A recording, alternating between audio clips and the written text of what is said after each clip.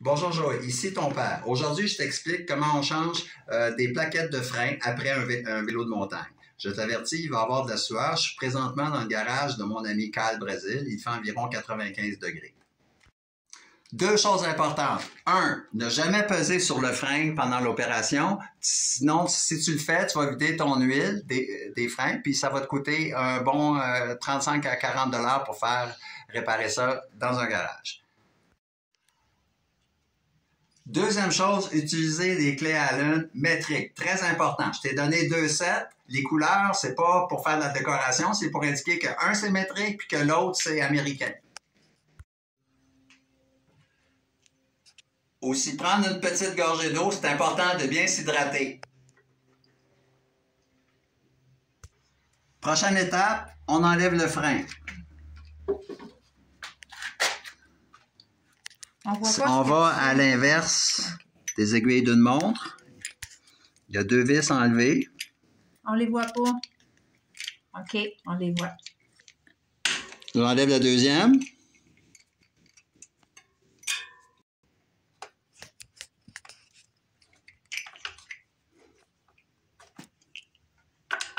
Et de 2. Comme on peut le voir, là, les plaquettes sont usées. C'est avant d'être métal sur métal. Donc, effectivement, c'est une bonne idée de vouloir les changer. Bon, maintenant, ce qu'il faut que tu fasses, c'est utiliser un outil spécialisé pour pousser le frein comme ça, bien comme il faut. Je pense pas que tu en aies. Je peux t'en donner un pour Noël. Ou encore, tu peux utiliser le genre de spacer qu'on te donne pour mettre dans le frein quand tu enlèves ta roue. C'est tout. Si on fait ça, c'est parce que les nouvelles plaquettes que tu vas installer, ben forcément, c'est plus épais. Donc, c'est très important d'avoir un peu plus d'espace pour être capable de les insérer. Bon, donc, on est rendu à l'étape d'enlever les anciennes plaquettes. Il va falloir dévisser ça, mais auparavant, il y a une petite broche de sécurité, une petite pinouche qu'on pourrait appeler, qu'on doit enlever. Une clip. Une clip, comme dirait Blanchette. Bon, voilà, c'est enlevé. La petite clip que je viens d'enlever, ça se peut aussi que ça soit une clip comme ça avec un bord replié. Donc, il faut déplier la petite barre puis la sortir. Dans mon cas, c'est une vis que je dois dévisser. Toujours inverse des aiguilles d'une montre.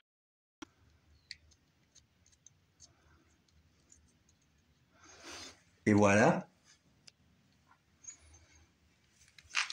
Je suis prêt à enlever le frein. Ah! C'est sale? Un petit nettoyage pour faire plaisir à Blanchette. Et là, j'insiste. Là, il y a 2 petits pistons ici. Si jamais tu pesais sur le frein ou quelqu'un le pesait pendant que tu fais ça, les pistons vont se rapprocher, toute l'huile va sortir, puis ça y est, 50 $ minimum de réparation. Ça a augmenté de 15 $ depuis le début du vidéo. On en profite pour nettoyer le disque avec de l'alcool. Ça va éviter que les freins crient.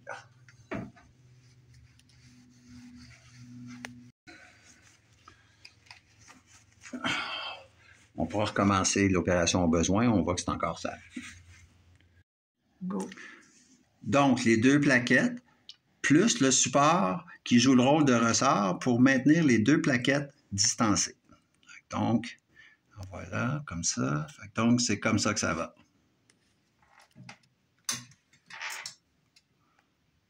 OK, là, on est prêt à insérer les nouvelles plaquettes. Voilà. Une fois la plaquette en place, on remet la vis. Dans mon cas, c'est avec une clé Allen. Cette fois-ci, dans le sens des aiguilles d'une montre. On serre un peu, mais jamais. Un vélo de montagne, il ne faut jamais trop serrer. Je serre un petit peu, ça devrait être correct. Bon, maintenant, je remets la petite clip de sécurité. Non, la clip. La petite clip que je remets en place. Ça, c'est pour empêcher que la vis sorte tout seul puis que tu perdes ton frein en descendant une côte. Bon, voilà, ça c'est fait. Bon, c'est terminé. Bon, maintenant, ce qu'on va faire, c'est on va redistancer les deux plaquettes avec l'outil, avec le séparateur. J'ai fait un autre coup.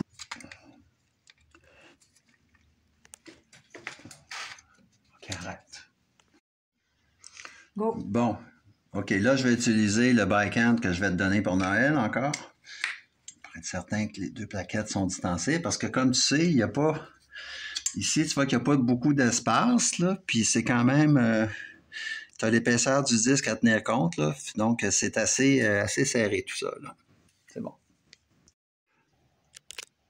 Bon, là, on est rendu à l'étape délicate de reposer le frein. Là, ce qui est important, c'est que le disque ne touche pas ni à une plaquette ni à l'autre quand on ne pèse pas sur le frein naturellement.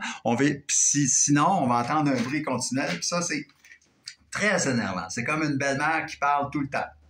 Là, tu vas utiliser le petit spacer que je t'ai donné à Noël passé, en espérant que tu ne l'as pas perdu. Donc, on va l'insérer à peu près où va aller le frein. Bon.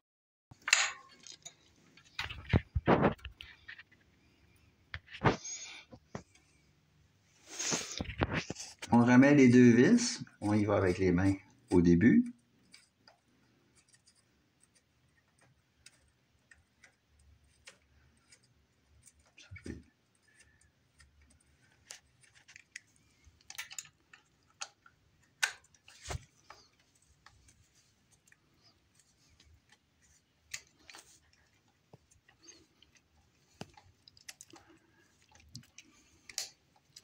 Bon, là, je serre à peine sur les deux côtés, là. Bon. Pour l'autre étape, on a besoin, malheureusement, d'un partenaire qui va nous aider. Ce qu'il faut que le partenaire fasse, c'est freiner pendant que tu vas serrer les deux vis en question. Donc, la main du partner sur le frein qui attend le signal pour peser. Je pèse pas tant qu'on me le dit pas. Frein. Au maximum. OK. Moi, pendant ce temps-là, là, je vais visser sans des aiguilles d'une montre, les deux vis en question, assez serrées, sans forcer comme un malade. Go. Bon, là, on peut faire rouler la roue pour enlever le spacer, voilà. Qu'on serre précieusement. Go. On fait rouler la roue. OK, ça semble bien aligné. Il n'y a pas de frottement. Tout ce qui reste à faire, c'est d'aller se promener, freiner 3-4 fois pour ajuster le frein et tout devrait être tiguidou. Me voilà dans ma forêt d'Underwood. Là, ce que je vais faire, c'est que je vais faire un petit tour en freinant 4, 5, 6 fois pour que tout se mette en place correctement. Prochaine vidéo, comment on fait des enfants.